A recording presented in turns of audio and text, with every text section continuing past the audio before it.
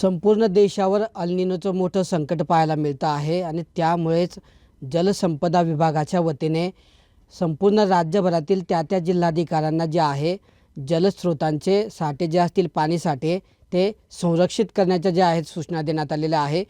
जळगाव जिल्ह्याचा जर विचार केला तर जळगाव जिल्ह्यामध्ये जवळपास 3 मोठे प्रकल्प आहेत तर दुसरीकडे 13 मध्यम प्रकल्प आहेत आणि त्यापैकीच 3 प्रकल्पांपैकी मोठ्या असलेल्या 3 प्रकल्पांपैकी एक मोठा असा वाघूर प्रकल्पावर आपण आता आहोत। वाघूर धरणाचा जर विचार केला तर वाघूर धरणामध्ये जवळपास 63% एवढा पाणी साठा हा शिल्लक आहे आणि हा जो पाणी साठा आहे आता हा देखील या ठिकाणी पिण्यासाठी संरक्षित करण्यात आलेला आहे, राखीव करण्यात आलेला आहे। जळगाव जिल्ह्यामध्ये गिरणा तसेच हातनूर इतरही 2 जे मोठे प्रकल्प आहेत त्याबरोबरच इतर जे 13 मध्यम प्रकल्प आहेत त्या प्रकल्पांवरील देखील पाणी साठा हा पिण्यासाठी जो आहे संरक्षित करण्यात आलेला आहे आणि तशा सूचना ज्या आहेत जिल्हाधिकाऱ्यांना देण्यात आलेल्या आहेत। त्यानुसार जळगाव जिल्ह्यातले देखील प्रकल्पातले पाणी साठे जे आहेत ते संरक्षित आणि राखीव ठेवण्यात आलेलं आहे। जळगाव जिल्ह्यामधील प्रकल्पांद्वारे सिंचनासाठी देखील पाणी दिलं जातं, मात्र जलसंपदा विभागाच्या सचिवांच्या आदेशानंतर जे आहेत सर्व पिण्याच्या आपलं शेतीसाठी सिंचनासाठी जे आवर्तन दिले जातात ते या ठिकाणी थांबवण्यात आलेले आहे आणि संपूर्ण पाणी साठा जो आहे आता हा पिण्यासाठी संरक्षित करण्यात आलेला आहे। जळगाव जिल्ह्याचा विचार केला तर सर्वच प्रकल्पांमधला एकूण पाणी साठा हा केवळ 34% एवढा शिल्लक राहिलेला आहे।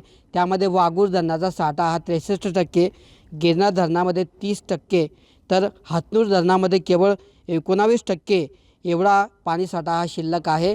तर जिल्ह्यातल्या 13 मध्यम प्रकल्प हे गेल्या वर्षी पूर्ण क्षमतेने भरले होते, मात्र आज या पाणी प्रकल्पांमध्ये जे आहे केवळ 41% एवढा पाणी साठा हा शिल्लक असल्याचं पाहायला मिळतं आहे।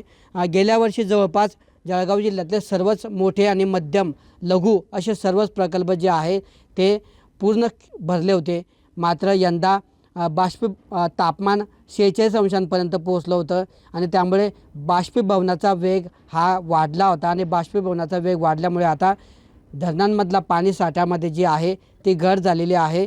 जळगावच्या वाघूर धरणामध्ये जवळपास 63% एवढा पाणी साठा शिल्लक आहे आणि 2 वर्ष पुरेल एवढं पाणी सध्या तरी या धरणामध्ये शिल्लक आहे। या धरणावरून जळगाव शहराबरोबरच इतर 11 गावांना जे आहे पिण्याचं पाणी पुरवठा केलं जातं, मात्र आता केवळ 63% एवढा पाणी साठा हा शिल्लक आहे। 2 वर्ष पुरेल एवढा पाणी साठा शिल्लक आहे, मात्र तरीही अल निनोचा वाढता प्रभाव पाहता जळगाव जिल्ह्यातल्या सर्वच प्रकल्पांमधलं पाणी जे आहे ते संरक्षित आणि राखीव करण्यात आलेलं आहे आणि पुढच्या काळामध्ये जे आहे पाणी कपात करण्याच्या देखील सूचना मुख्यमंत्र्यांच्या वतीने देण्यात आलेल्या आहे।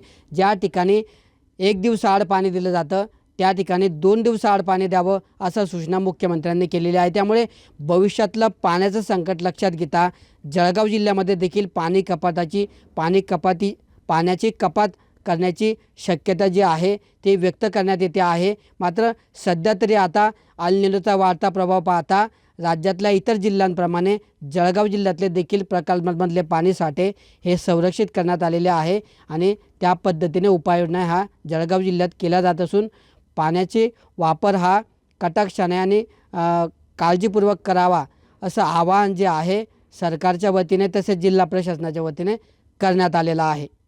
किशोर पाटील, TV9 मराठी, जळगाव।